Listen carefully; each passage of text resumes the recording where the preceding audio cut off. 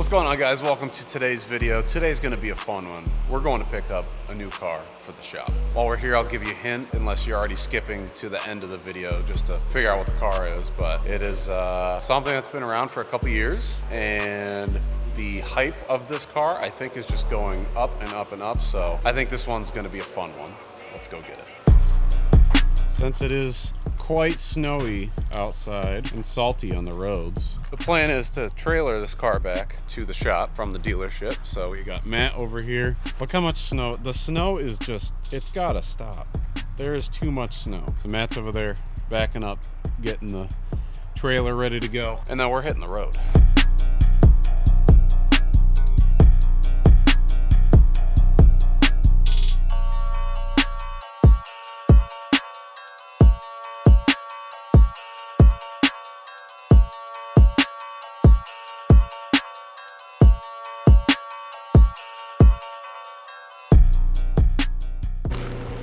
How many miles? 6. 6 miles. Yeah, let's hear that stock exhaust.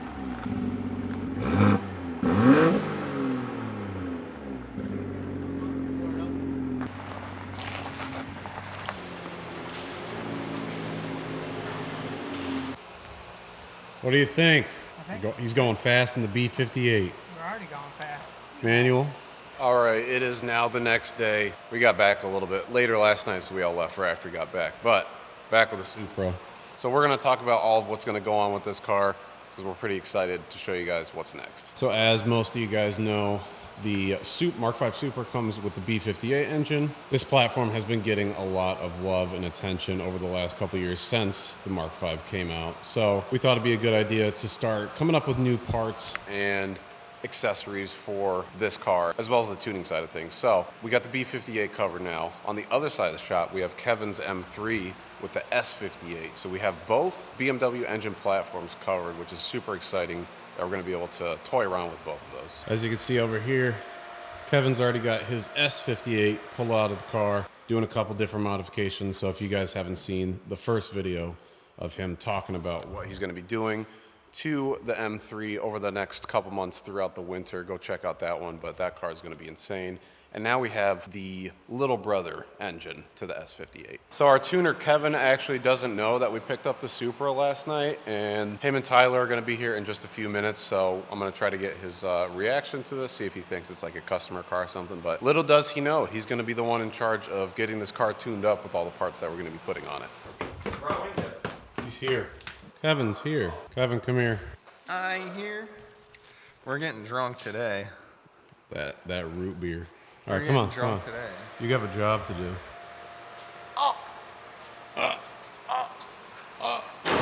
You got some work to do. Oh, it's a 25? It is brand new. And it's stick? And it's stick.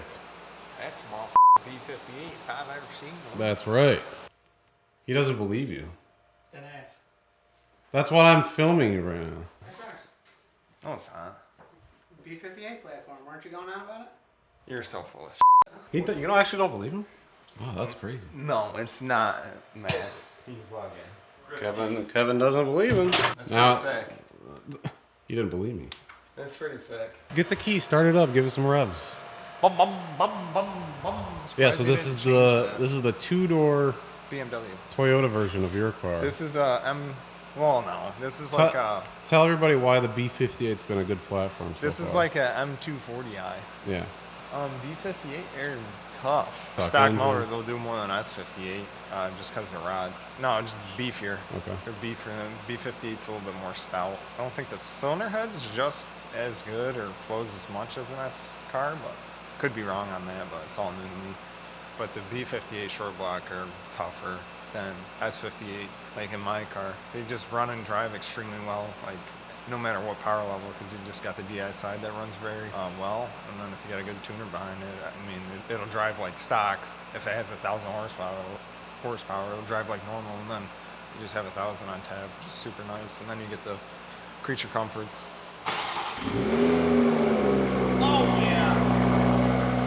Oh yeah!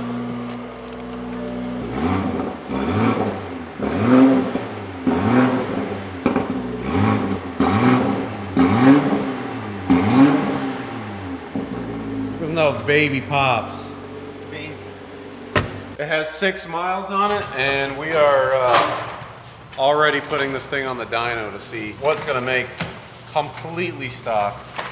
Not even 10 miles on it. And this is why we're not driving it outside right now, because it's disgusting. So, the plan is we're gonna get stock figures, do a bunch of runs, probably like 5 back to back, get it nice and hot, see what it does, see if it changes anything. Get the wideband on it, probably just be Stoich, every pole, 14.7. Yeah, get it hot, see what it does.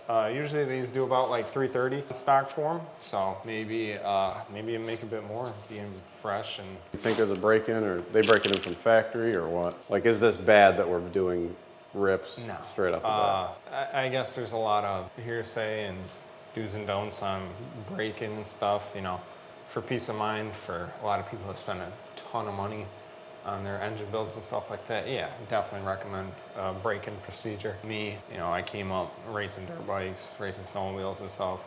We'd have to rebuild them all the time, and there was no break-in, and didn't have pretty much any issues, no compression issues, no ring seating issues, stuff like that. So I mean, you got to think how much that piston goes up and down. Or if you're worried about the ring seating to the cylinder wall, you got to think about how much it goes down. And you know, it's probably has this like a semi-synthetic oil in it, so it'll break in while idling almost like. So I mean, a lot of race cars and stuff like that, they don't have a break-in procedure. They just do fresh rings, a little home possibly, and send it. So for this, I'm not worried about any sort of break-in procedure. For the consumer that, you know, just bought a brand new car, wants to take it easy, get accustomed to it, break the clutch in, break the motor in, break the drive line, diffs, all that stuff. It's not just the motor, it's the kind of whole drive line could be considered. It needs a bit of a break-in, but it's not going to hurt anything doing this. So completely fine, in my personal opinion. 6 miles in, and we're going to the dyno.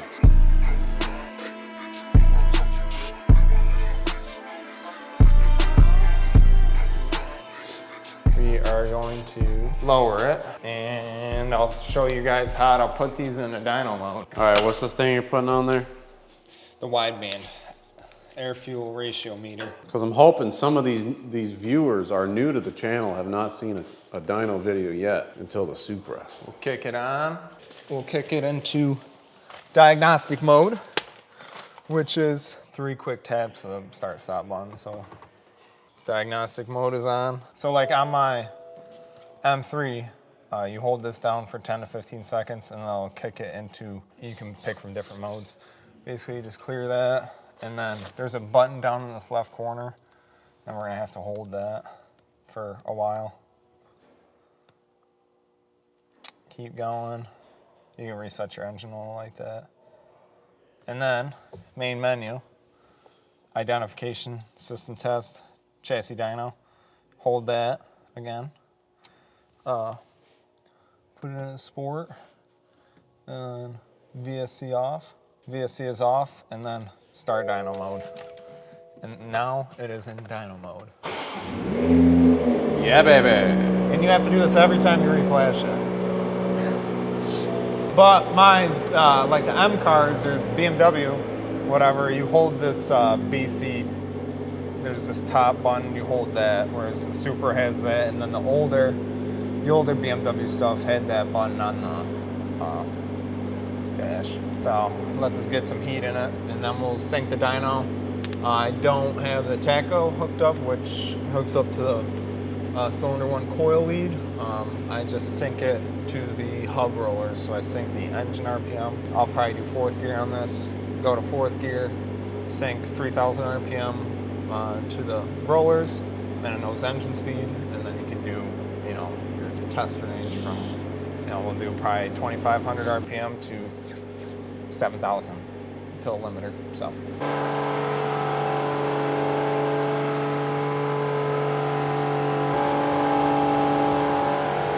Usually before, like when I start tuning a car, I try to just like run it without the fan on, get the transmission warm, get the differential warm, because we're in the winter months now. No matter if it's winter months or the summer months, I just like to get everything warm. So when we're spinning 100 plus, you know, we're not pushing through cold oil or something like that. So I just kind of run it at 55 like I did, roll back into it, and get it up to What gear are you gonna use? I'll be using 4th gear.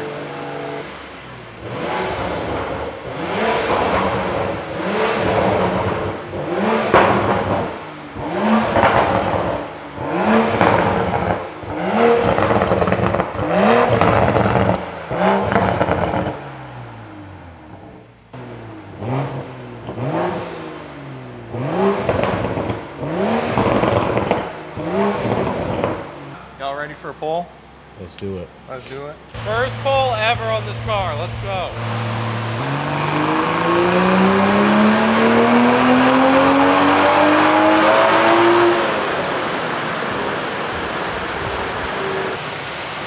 Pretty spot on. I said I was wondering if we'll do a little bit more than normal. That's pretty good.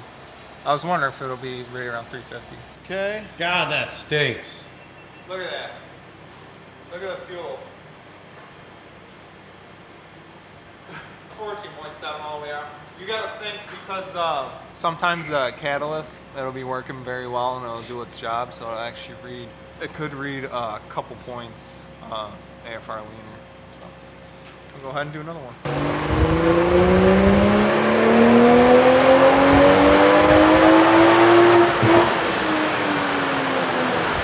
I was getting sprayed. You can see it on the lens. I had to move to the side. We got sprayed. A little bit more. Yeah.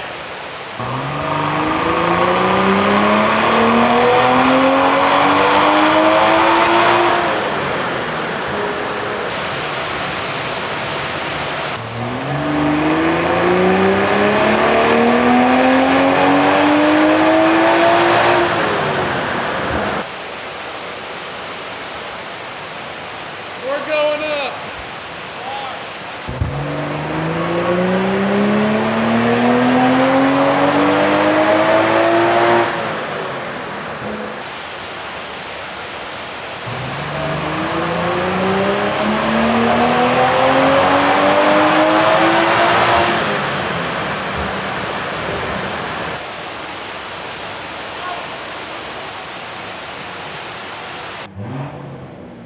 They're just so responsive. Now he's just playing with it. They're just so it's a ritual around here now. Any B58, S58 stuff, you gotta go a little. They're just so responsive and so like butter. That is pretty crazy. Like I said, they might have got a little bit of a bump from the A90 stuff. And this is obviously a 6-port now. We're encased. Dude, I'm driving this thing. I'm dailying. I'll drive your car then. I'm driving his car though. Well, this is cool because now we get one auto and one manual. I mean, I know there's still different engine platforms, but you know you can experience both. This is the first manual Supra we had. All the others have been auto. No, it's pretty sweet being manual. I like it. It's different. So let's go on one more rip. I'll get it up to speed here.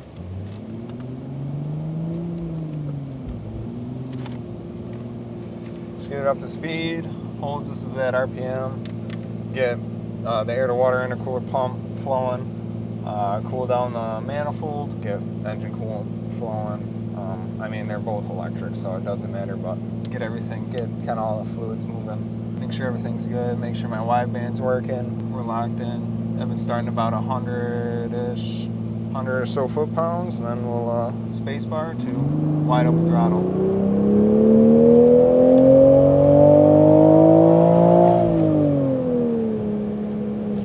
It's got a lot of throttle hang with the stock mapping. Usually when you like let off, it's just like, I'll hold it there until you put it back in neutral. Definitely, I would like to change that. A lot of people, the normal consumer doesn't notice it, and honestly it helps them, but I don't know, you don't want that. Let's see, what do we got? 358. Oh, there we go. 358. Probably just got warm. So, we're gonna peel it back off, put the wheels back on, and torque it back. And I think we're gonna get the ECU out of it today. Pretty exciting.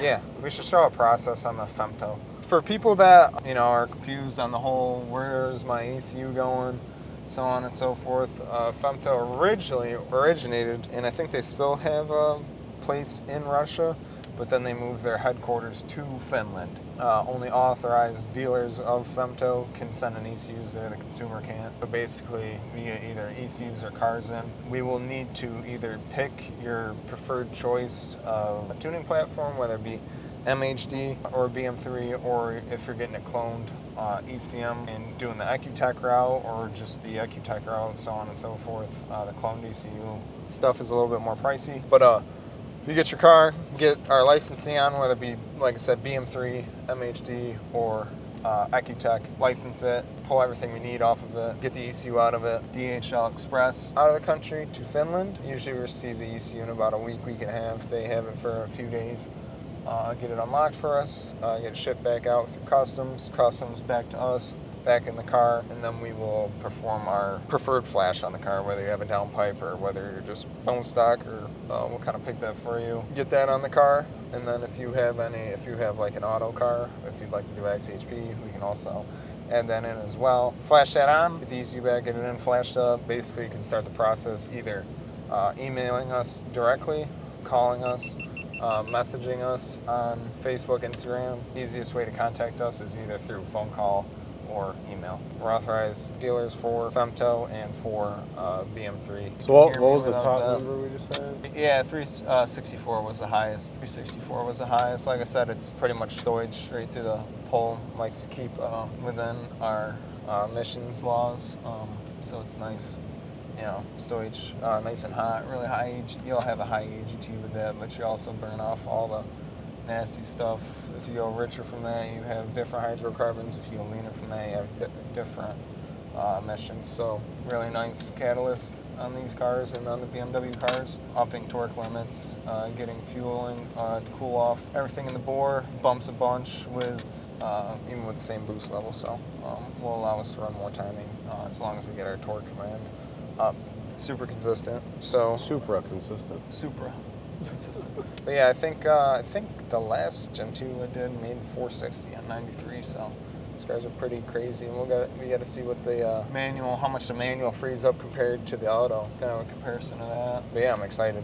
It's awesome opportunity to be able to work with these cars, and they're a ton of fun. Keeps it fresh. These cars are all like a new thing to me, so it's super nice. You know, continuing to develop and learn. It's not like you get burned out on a singular platform and get tired of it. It's always something new and fresh here, and just keep wanting to learn.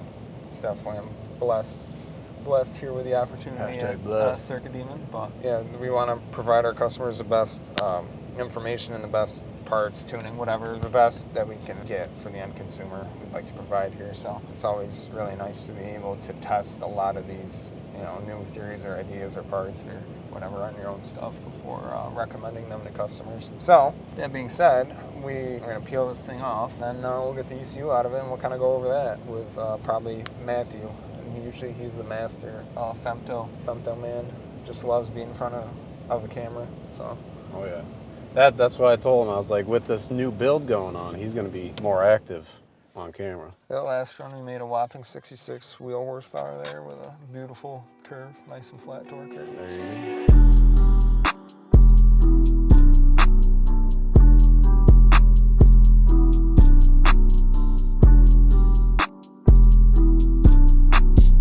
All right, it's a few days later since the last clip that we filmed of the Supra. We have it parked underneath the rack here, so it's gonna be out of the way for the next week or so that the ECU is going to go off to Femto over in Finland. I think I decided in the next episode with the Supra, we're going to show you guys how to pull the ECU out of this thing in case you guys want to do the same thing. Like Kevin said, we are a registered account through Femto, so if you guys do need any ECU work, you would have to come to us first and then have us send out the ECU. So even if you want to pull it yourself, I think in the next episode we're going to show you how to do that so that you can then send it to us to send it to them, or you can just bring your car in and do this exact same thing. We'll pull it for you, send it off. When it gets back, Kevin will tune the car, or whoever will tune the car.